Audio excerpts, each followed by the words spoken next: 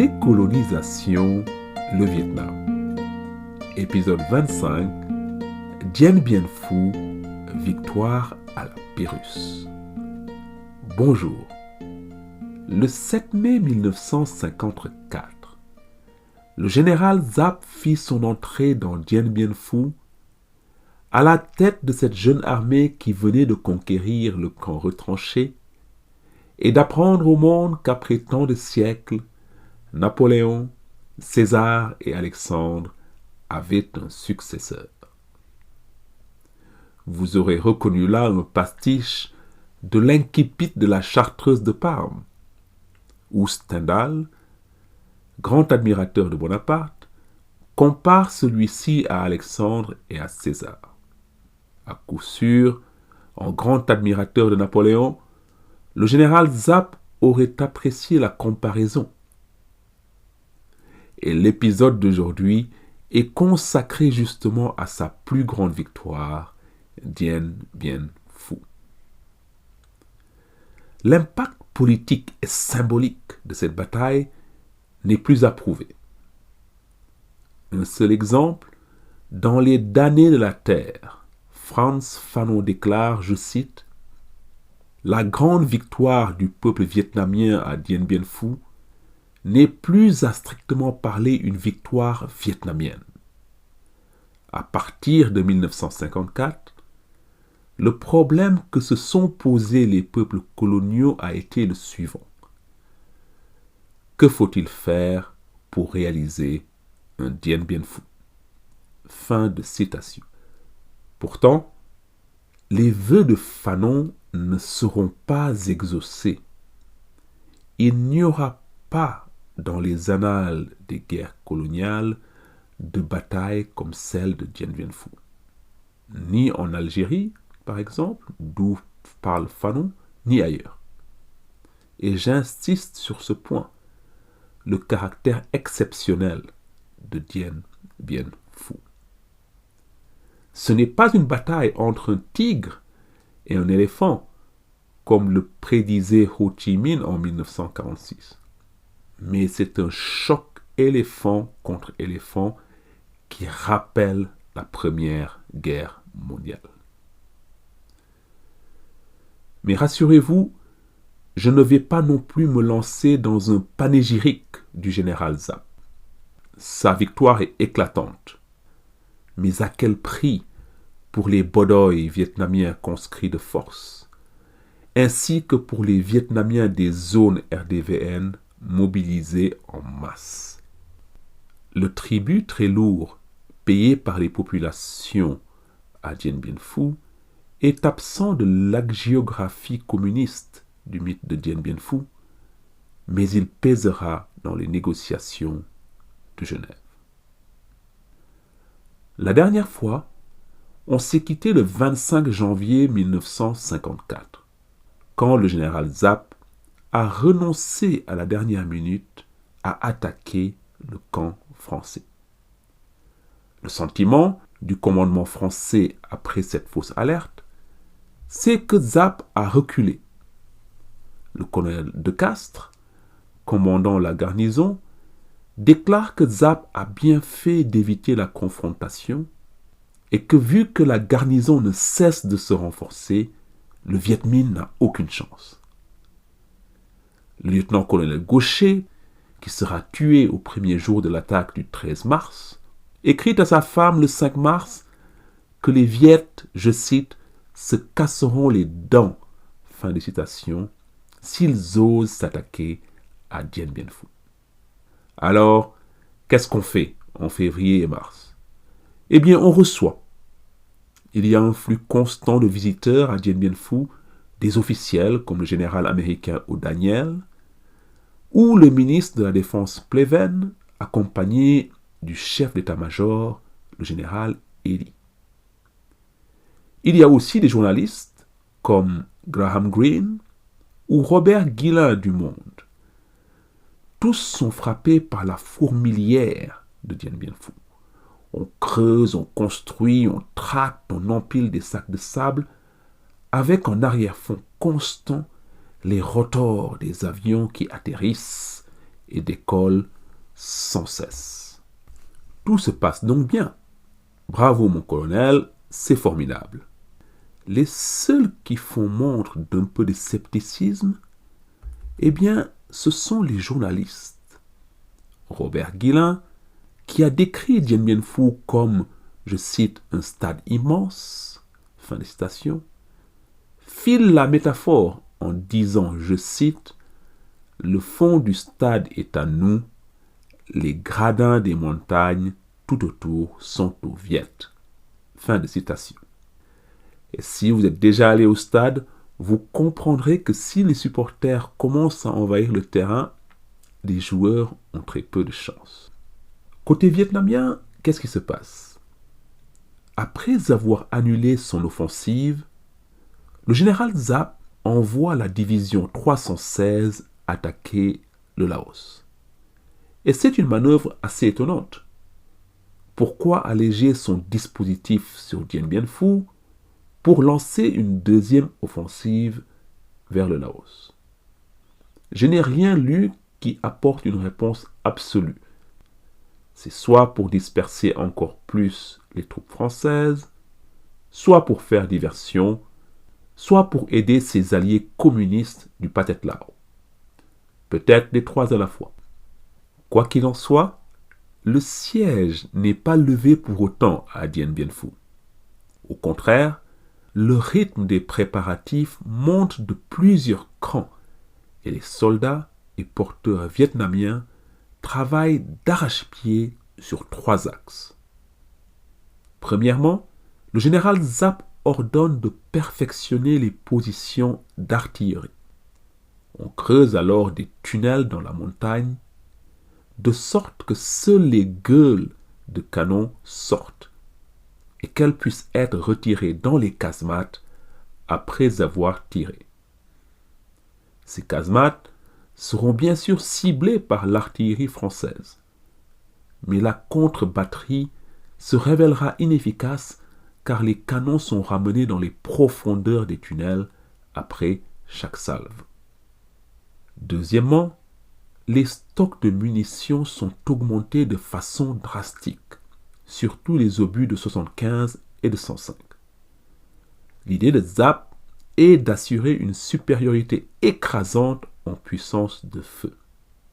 Supériorité aussi en hommes.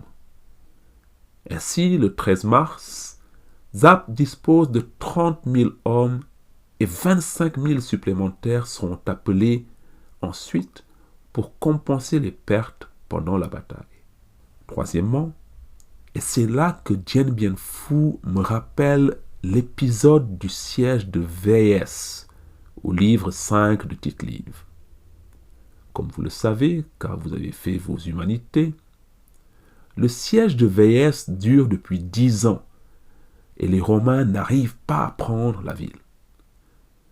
Ils nomment alors un dictateur, Camille. Camille fait creuser la terre et via un tunnel, il surgit dans la citadelle ennemie et prend la ville. Eh bien, à Dien Bien Phu, Camille, c'est le général Giap. Et Giap ordonne le creusement de multiples réseaux de boyaux d'approche, reliés par un lacis de tranchées qui se pressent autour du camp comme pour l'étouffer.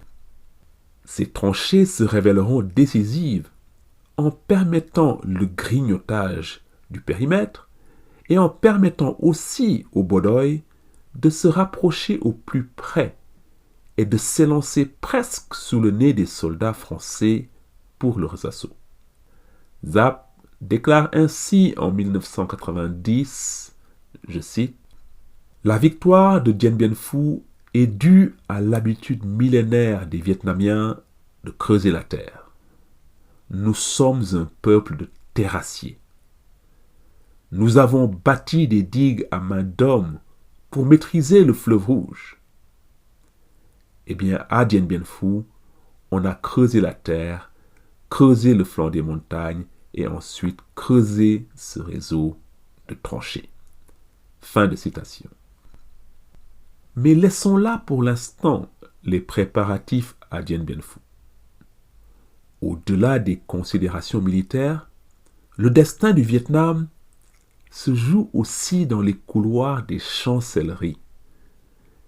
Et sur ce point, en 1954, c'est surtout l'attitude américaine qui inquiète Ho Chi Minh. Il craint que les États-Unis ne s'impliquent militairement dans le conflit. Mais les efforts en ce sens de Dulles et de Eisenhower sont bridés à la maison et à l'extérieur. À domicile, c'est le Congrès qui exige que toute action américaine soit faite dans un cadre international. C'est le concept de United Action. Or, les Anglais sont d'accord pour le United, mais ne sont pas du tout motivés pour l'action, c'est-à-dire envoyer des soldats de Sa Majesté au Vietnam.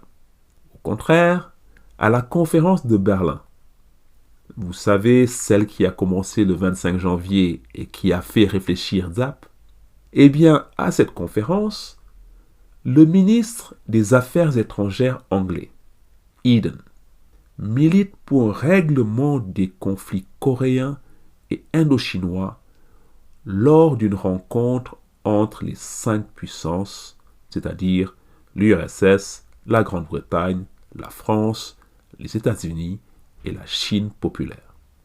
Et ça va pas du tout pour les Américains qui, on le rappelle, ne reconnaissent pas la Chine. Cependant, contre toute attente, Eden arrive à arracher un accord le 18 février à Berlin. La paix en Indochine est mise à l'ordre du jour d'une conférence sur la Corée qui doit se tenir à Genève fin avril, début mai. Que l'URSS ait dit d'accord, ça se comprend. Mais pourquoi la France et les États-Unis ont-ils dit oui? En ce qui concerne la France, Bidault n'a pas vraiment le choix.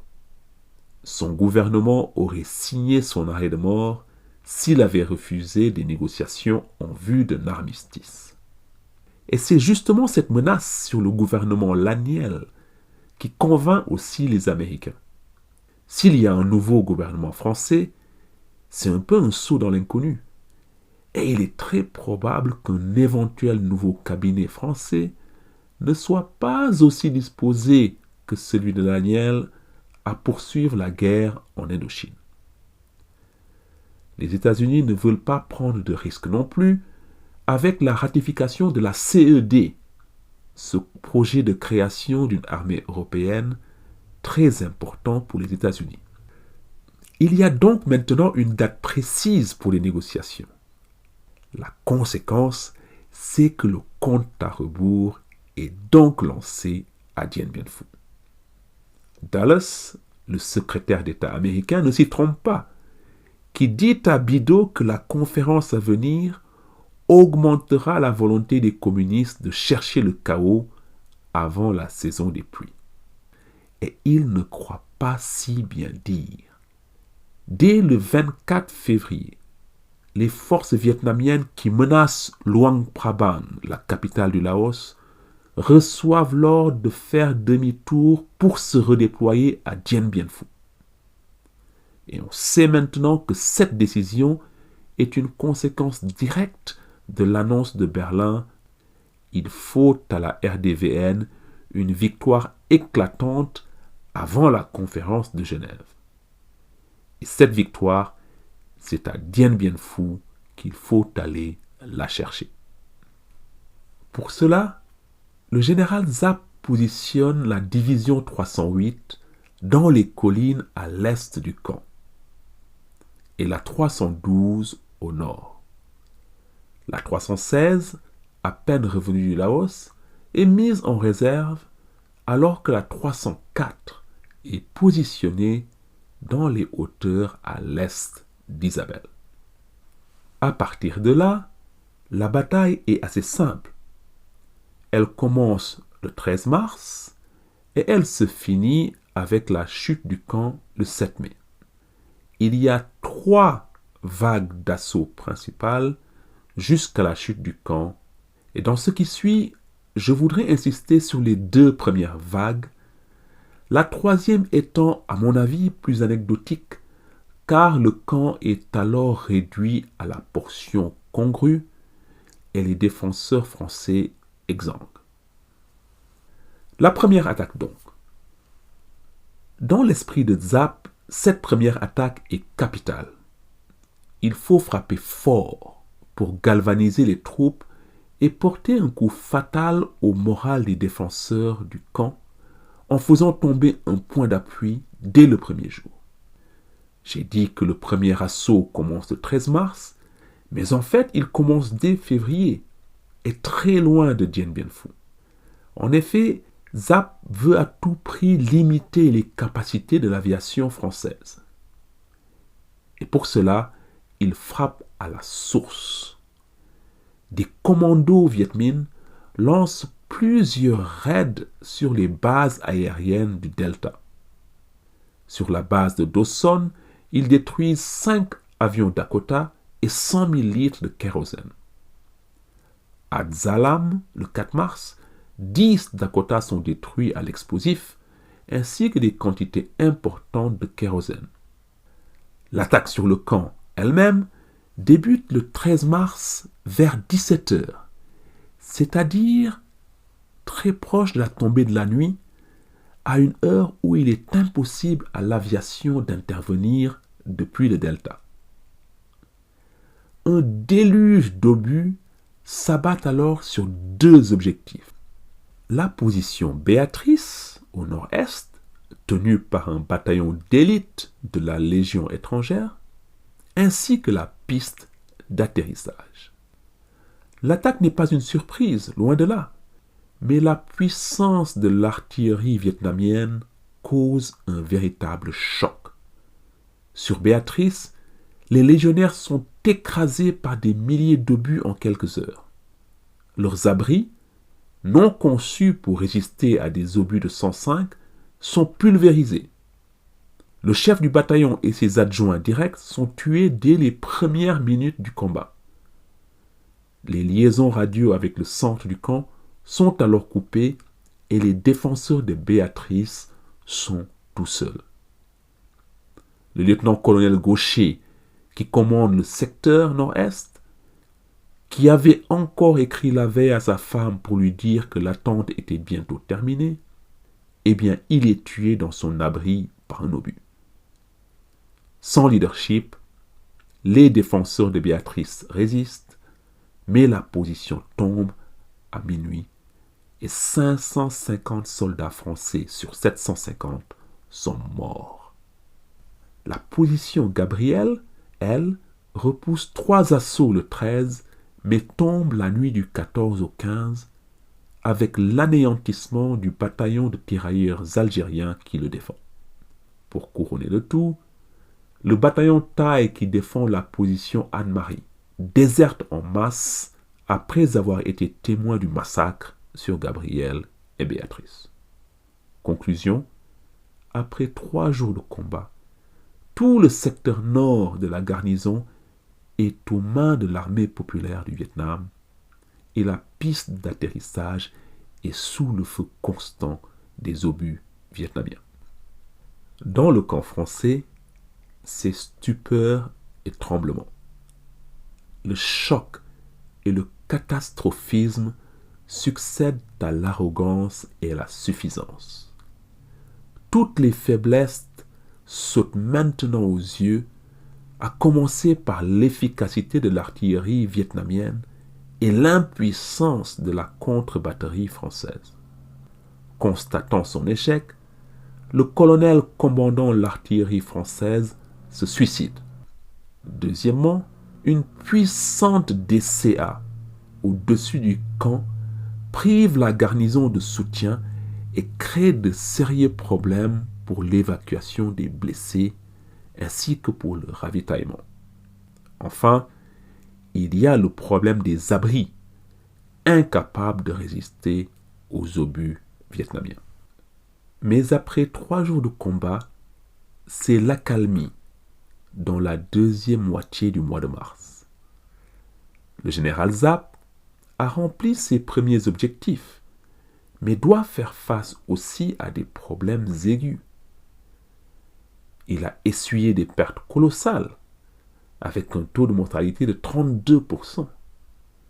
Et en plus, pour soigner les blessés, son armée n'a qu'un seul chirurgien, le docteur Tung, qu'on avait rencontré à l'épisode 11 au cœur du Viet Bac. Pause donc dans les combats, mais continuation du grignotage du terrain par le système des tranchées. Cela contribue à isoler encore les positions françaises les unes des autres.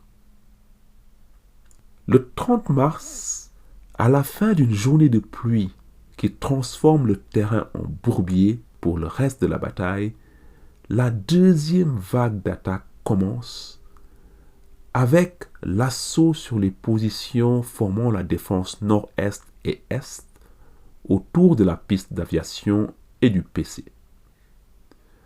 Je ne vais pas entrer dans le détail des attaques et des contre-attaques sur Dominique, Eliane et Huguette. Mais retenez juste qu'à partir de la fin mars, on assiste aux plus violents affrontements de Dien Bien Phu, en particulier sur la position Eliane. Le 11 avril, par exemple, l'attaque sur Eliane 2 fait 300 morts vietnamiens. Du côté français, environ 100 soldats sont mis hors de combat chaque jour. Et les renforts ne peuvent pas combler ces pertes.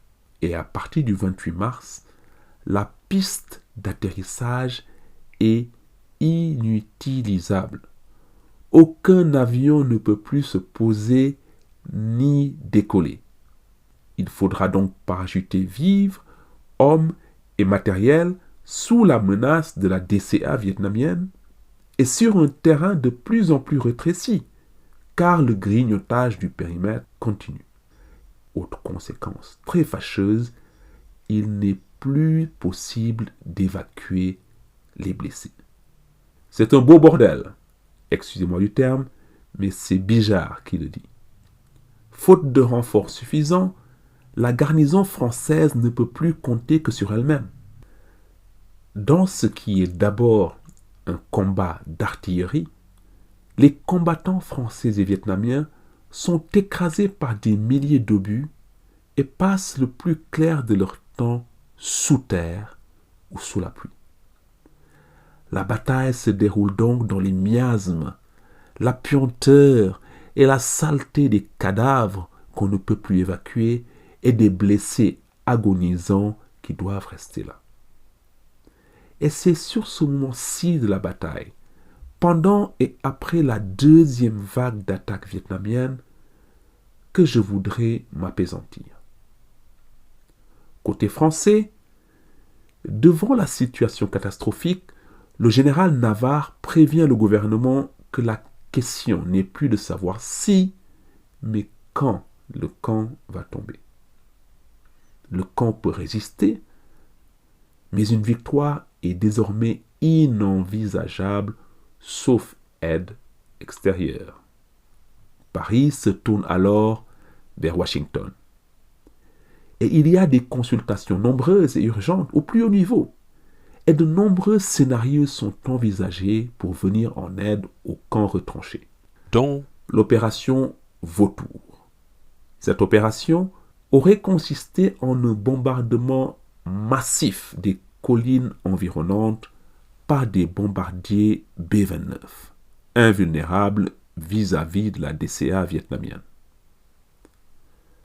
À un moment, il est même fait mention d'un bombardement nucléaire tactique pour sauver la garnison française. C'est difficile à envisager, car un bombardement nucléaire aurait représenté une escalade sans précédent du conflit. Et ce scénario a été aussi démenti par les Américains par la suite. Mais bon, quelqu'un a sûrement mentionné le mot bombe atomique dans un brainstorming et ça a été inscrit au compte-rendu. Je ne sais pas. En tout cas, toutes ces propositions sont enterrées car les Américains, comme on l'a dit plus haut, n'arrivent pas à convaincre les Britanniques de l'opportunité d'une action militaire commune en Indochine. Les Français devront se débrouiller tout seuls. Du côté vietnamien aussi, on est très près du point de rupture en avril 1954. Et pour décrire cette crise aiguë, je m'appuie ici sur un article lumineux de Christopher Gauchat dans The European Journal of East Asian Studies. Et cet article reprend le titre du livre de Bernard Fall, Un coin d'enfer. Et il s'intitule À Dien Bien Phu, les Vietnamiens attaqués dans leur chair par la guerre froide et la décolonisation. Dans cet article, Gauchat insiste d'abord sur le fait que la bataille qui se joue à Dien Bien Phu est unique dans les annales des guerres de décolonisation. C'est une bataille qui ressemble à celle de la Première Guerre mondiale. Artillerie, tranchées, terrain transformé en bourbier par la pluie. Et comme au chemin des dames, Giap lance de très jeunes hommes à l'assaut des positions françaises. Et il faut visualiser ce que c'est une vague d'assaut. D'abord, il y a des tirs de préparation d'artillerie. Puis, les soldats, qui, je le rappelle, ne sont pas équipés de casques lourds, eh bien, ils partent à l'assaut en courant.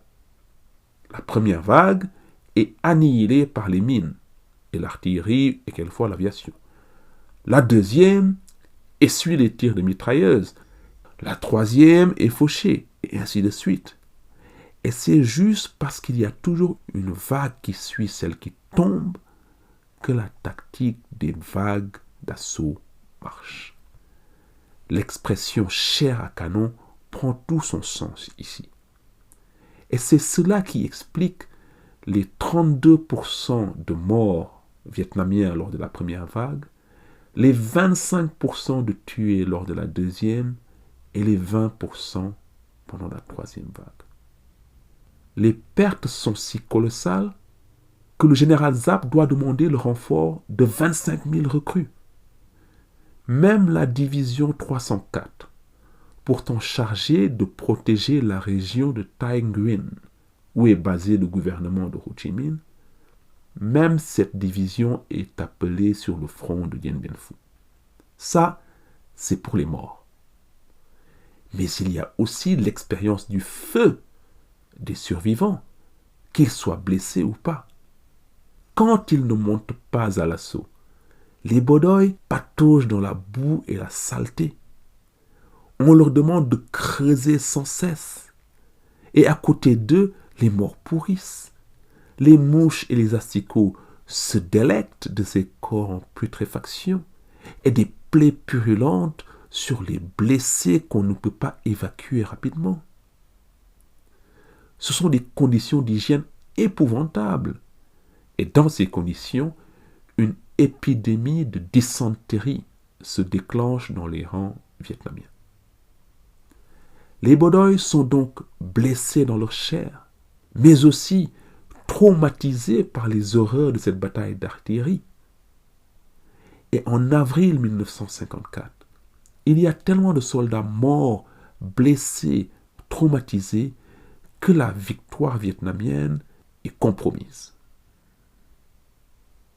Dans le récit mythique de Dien Bien Phu, il est bien sûr rare qu'on parle de ces difficultés.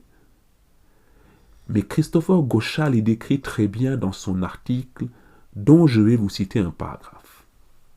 Je cite, « Beaucoup n'en pouvaient plus.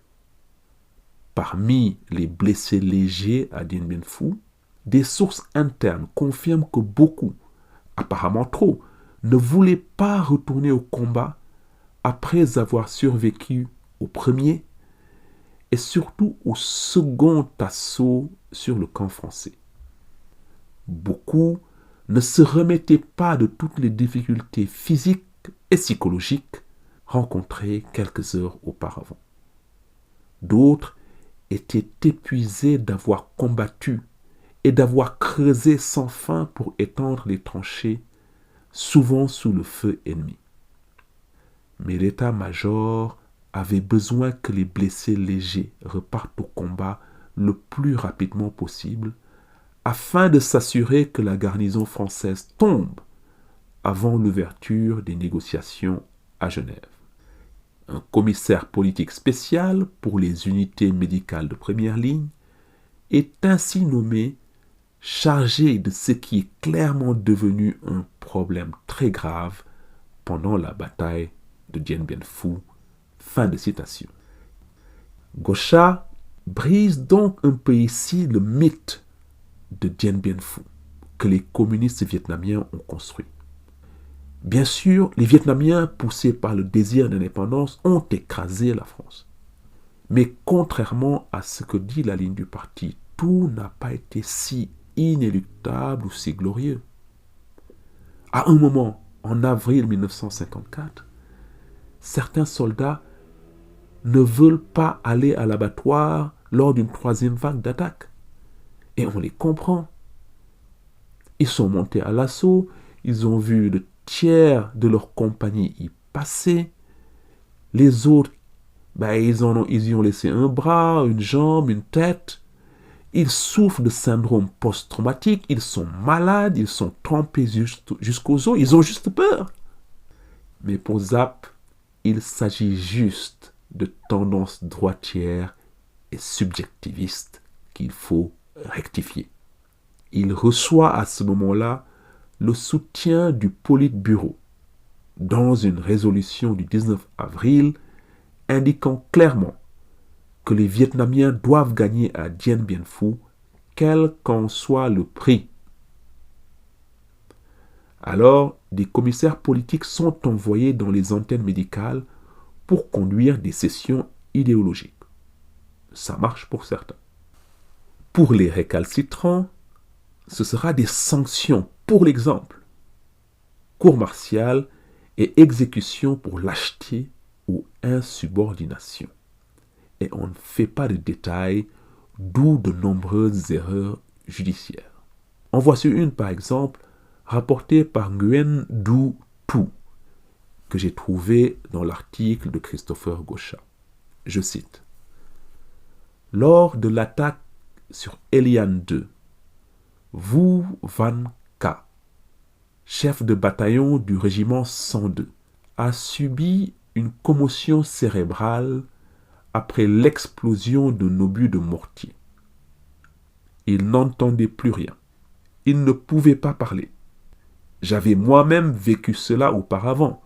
Je savais que dans ces conditions, on peut encore marcher, mais on ne peut pas commander. J'ai dit alors à K d'aller à l'arrière, et il est descendu de la colline. Plus tard, j'ai appris qu'il avait été accusé d'avoir abandonné sa position de combat et qu'il était passé en cour martiale. Je ne l'ai su qu'après la victoire. Il s'est presque fait exécuter. Plus tard, sa peine a été réduite à 10 ans de prison, mais il a été dégradé et expulsé du parti. Fin de citation. Bref, il faut gagner quel qu'en soit le prix. Et le prix à payer, ce sont les milliers de soldats dont la vie ne compte pas, si on considère la victoire à venir. Ce qu'il est intéressant aussi de noter, c'est que, alors qu'en 1945, le Viet Minh instrumentalise le terme de traître à la patrie viet pour pourfendre ses opposants, en 1954, la mue maoïste s'est opérée. Et pour remobiliser les troupes, on ne fait pas appel à Tran Hung Dao ou à quelque autre héros patriotique. Non, on dénonce le déviationnisme de droite. Le parti est aux commandes. Et grâce à ces méthodes brutales, le général Zap surmonte la crise et parvient à lancer une troisième vague. Et enfin, dernier point, et après, je vous assure qu'on passe à la troisième vague, cette crise militaire se déroule aussi dans un contexte morose à l'arrière. D'ailleurs, la distinction entre arrière et ligne de front se discute dans le type de guerre totale que mène le Viet Minh. Il ne faut pas oublier que 250 000 porteurs sont mobilisés sur toute la durée de la bataille. Et le combo conscription obligatoire d'un côté, mobilisation totale de l'autre, crée une situation d'insécurité alimentaire aiguë. Depuis 8 ans que dure la guerre, il y a des réquisitions de riz, et celles-ci se font de plus en plus difficiles à cause de 2 phénomènes contraires. 1. Les besoins en riz sont de plus en plus importants pour nourrir une armée aux effectifs croissants, mais aussi les centaines de milliers de porteurs qui permettent à cette armée de se projeter. Et en même temps, il y a moins de bras valides pour travailler la terre, car les jeunes sont à l'armée et les femmes et hommes d'âge mûr sont mobilisés comme porteurs. Conséquence, les rendements diminuent car les surfaces cultivées diminuent par manque de main-d'œuvre.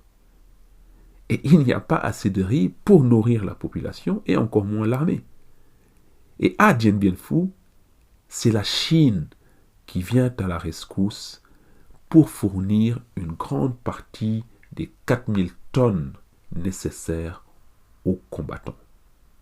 À l'arrière, dans beaucoup de communautés, les gens meurent. Ce découragement des troupes et ces difficultés alimentaires, Ho Chi Minh et Pham Van Dong les ont à l'esprit quand ils arrivent à Pékin pour entendre Mao et Chou En-lai les appeler au réalisme à Genève. De Pékin, ils rallient Moscou, où Khrouchtchev et Molotov insistent sur une stratégie commune à 3, et dans cette stratégie, la position du Vietnam ne doit pas être maximaliste. Mais pour cela, encore faut-il écraser les Français à Dien Bien Phu avant que les pourparlers ne commencent à Genève. C'est le 1er mai que le signal de l'offensive générale est donné pour les 14 000 combattants vietnamiens. Le camp retranché n'est plus alors qu'un carré de 1500 mètres de côté enlisé dans la boue. Plus de 100 canons vietnamiens ouvrent le feu sur ce périmètre, faisant plus de 300 victimes françaises en 8 heures. Et les dernières positions françaises sont prises. Après un répit relatif, les 2 et 3 mai, les assauts reprennent. Une intense canonnade commence, à laquelle participent pour la première fois les Katyusha ou les orgues de Staline, dont les obus au sifflement perçant détruisent les dépôts de munitions et les antennes médicales restantes. Au soir du 6 mai, le général de Castres passe son coup de téléphone à son supérieur, le général Cogny. Ils se mettent d'accord pour en finir. Et à 17h30, de Castres donne l'ordre de cesser le feu. Constatant l'absence de réaction des Français lors des tirs de préparation de la nouvelle attaque, la division 308 du général Vuong Thua Vu investit l'ensemble du camp. Un commando spécial s'introduit dans le PC et capture de Castres et son état-major. La bataille de Dien Bien Phu est terminée. Fait sans précédent, l'armée populaire du Vietnam a battu l'armée française. C'est le Valmy des peuples colonisés, selon Ferhat Abbas, le 14 juillet de la décolonisation, selon le capitaine Pouget. À Dien Bien Phu, le général Vo Nguyen Giap entre au panthéon des plus grands chefs de guerre du XXe siècle. Cette victoire arrive à point nommé, la veille du début des pourparlers sur le Vietnam à Genève. Mais à quel prix, encore une fois? Les rapports du général Zapp au Politburo en juillet 1954 indiquent que l'épuisement physique et la baisse du moral de ces hommes sont peut-être l'une des raisons pour lesquelles le Politburo a décidé de signer les accords de Genève, quitte à diviser le Vietnam en deux. La semaine prochaine, nous irons donc à Genève et nous serons témoins de l'entrée triomphale de la délégation vietnamienne auréolée de la victoire. Je vous remercie encore d'avoir écouté jusqu'ici cet épisode très long. Si vous avez apprécié cet épisode et le podcast, n'hésitez pas à nous donner un 5 étoiles ou un commentaire positif sur Spotify, Apple Podcasts ou n'importe quelle application. N'hésitez pas non plus à vous abonner pour ne manquer aucun épisode. Et je vous dis encore merci pour votre écoute et à la semaine prochaine. D'ici là, portez-vous bien et salut hein! Nyawad na jake